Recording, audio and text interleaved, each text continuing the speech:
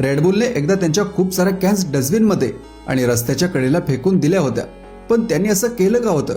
तर 1980 मध्ये रेडबुल त्यांची ड्रिंक इंग्लंडमध्ये लॉन्च करत होतं, पण अगोदरच मार्केटमध्ये खूप सारं कॉम्पिटिशन होतं आणि अशातच रेडबुलने त्यांची सेल केली असती तर त्यांचं खूप नुकसान झालं असतं. यावर रेडबुलने एक वेगळंच डोकं चालवलं. त्यांनी रेडबुलच्या अनेक रिकाम्या कॅन्स वेगवेगळ्या ठिकाणी डस्टबिनमध्ये आणि रस्त्याच्या कडेला फेकायला सुरुवात केली.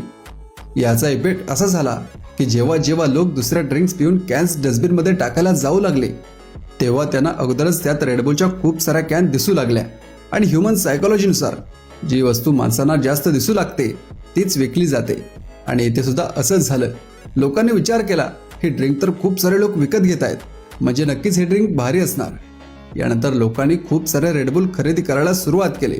त्यामुळे कंपनीने मार्केटवर आपला जम बसवला. रेडबुलची ही मार्केटिंग स्ट्रॅटेजी तुमच्या बिझनेसमॅन मित्रांना नक्की शेअर करा.